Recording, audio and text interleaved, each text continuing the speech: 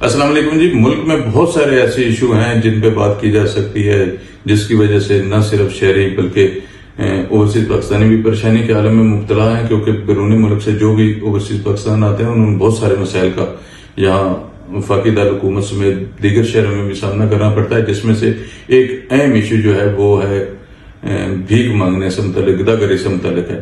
اس حوالے سے پاکستان نے انٹرنیشنل لیول پہ بھی قدم اٹھایا، وہاں سے بھی متعدد بیکاریوں کو بلکہ سینکڑوں بیکاریوں کو واپس ڈیپورٹ کروایا، اور اس حوالے سے سختی کی گئی. بیرون ملک جانے کے حوالے سے بھی ایسے عناصر کو بیرون ملک بھیجنے پہ بھی پابندی لگائی گئی، اور داخلے پہ بھی بیرون ممالک میں ایسے عناصر پہ پابندی لگائی گئی. اور دوسرا بڑا اہم ایشو جو ہے وہ ہے اسکولوں میں منشیات کی سپلائی. اس سے متعلق بھی پریشانی دن بدن بڑھتی جا رہی ہے، اور سیکورٹی اداروں کو بھی اس حوالے سے الرٹ کیا گیا ہے.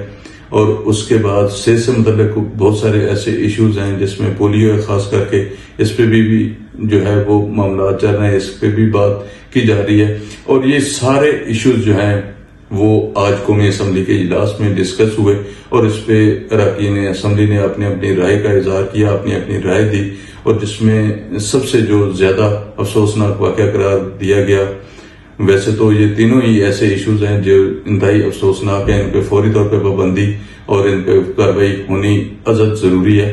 لیکن اراکین اسمبلی نے اس پہ بڑی تشویش کا اظہار کیا قومی اسمبلی کے اجلاس میں، اور انہوں نے اس رائے کا اظہار کیا کہ ایسے عناصر کے خلاف سخت سے سخت کارروائی ہونی چاہیے، اور ان کے خلاف جو منشیات فروشی میں ملوث ہیں، خاص کر کے اسکولوں میں اسکول کے بچوں کو، ہماری نوجوان نسل کو تباہ کر رہے ہیں. اور اسی طرح جو غداگری ہے یعنی کہ بھیک مانگنے سے متعلق بھی سخت اقدامات کی ضرورت پر زیادہ زور دیا گیا، اور اس کو عملی جامہ پہنانے کے لیے بھی عملی اقدامات کرنے پہ آج کے قومی اسمبلی کے اجلاس میں بہت زیادہ زور دیا گیا.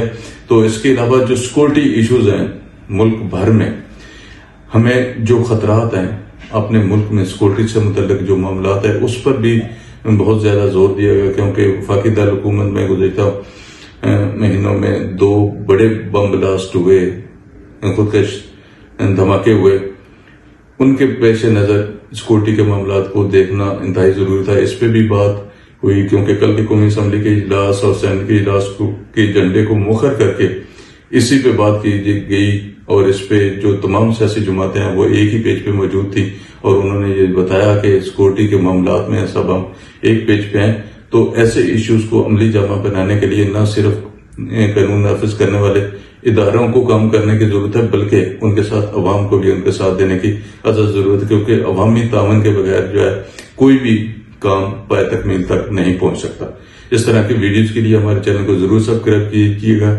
انشاءاللہ مزید انفارمیشن کے ساتھ حاضر ہوں گے. اللہ حافظ.